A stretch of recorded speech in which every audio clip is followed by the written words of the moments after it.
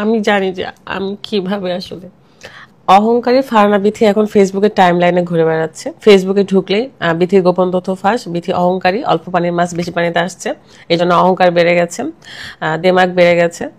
তো একটা কথা বলি, আমি এখন আসছি মেডিকেল থেকে, এখন সকাল 8টা 2 বাজে।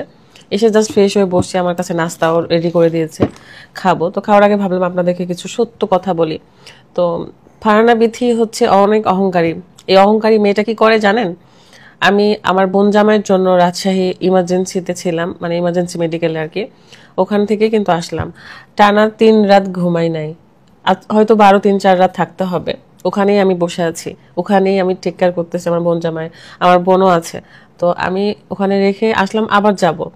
আমি কিন্তু একটা ব্লগ করি নাই মেডিকেলে, জাস্ট একটা রিলস আমাকে একটা ভাইয়া তৈরি করে দিয়েছিল, সেটা আপলোড দিয়েছি।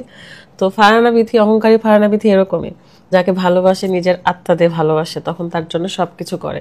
সেটা আমার জীবনে যাই হয়ে যাক, আমার জীবনে আমার ফ্যামিলির সাথে যুদ্ধ করতে হোক, আমার কাছের মানুষের সাথে যুদ্ধ করতে হোক, কিন্তু আমি যাকে ভালোবাসবো তার জন্য আমি সবকিছুই করি।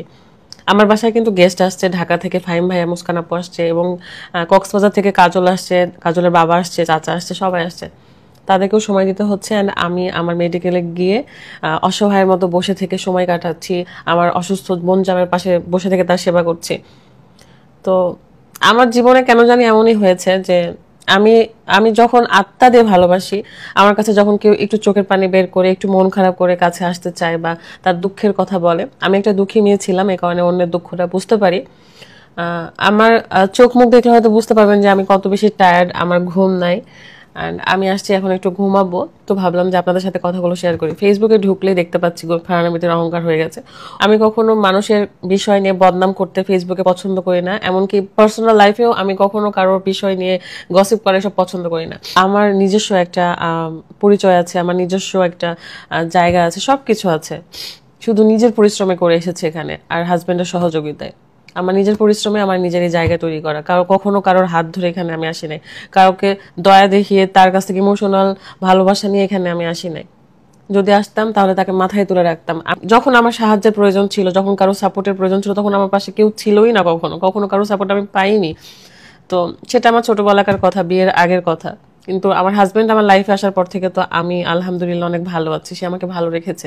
আমি কখনো মিডিয়াতে মিথ্যা কথা বলি নাই, মিথ্যা কথা বলে টাকা কামাই করে খাইও নাই ভাই।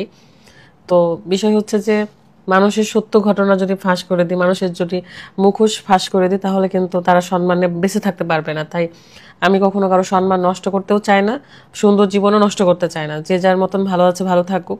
অ্যান্ড আমি আমার মতোই, আমি অতিরিক্ত ইমোশনাল একটা পার্সন, আমাকে সহজে ইমোশনাল করা যায়, এবং আমার কাছ থেকে সবাই চাইলেই অনেক ফায়দা লুটতে পারবে আর কি, নিজের স্বার্থ উদ্ধার করতে পারবে।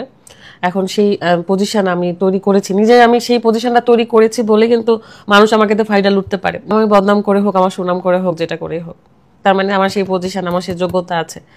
তো একটা কথাই বলবো যে অন্ধকে কখনো যদি পথ দেখান, আপনি যদি তার অন্ধ মানুষের লাঠি হয়ে তার পাশে থাকেন, অন্ধ মানুষটা যখন দেখতে শিখে যাবে, সবার প্রথমে সে লাঠিটাই ফেলে দিবে।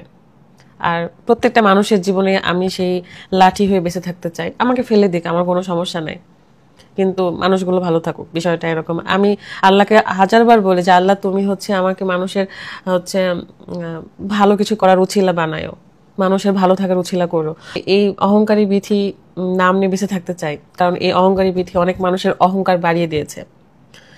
এই অহংকারী বিথি অনেক মানুষের অহংকারের কারণও হয়েছে। সো আমার কোনো দুঃখ নেই, বাট আপনারা নেগেটিভ ভাবে টাকা কামাই না করে সঠিক কথা বলে যদি টাকা কামাইতেন, তাহলে ওটা ভালো হতো না বেশি?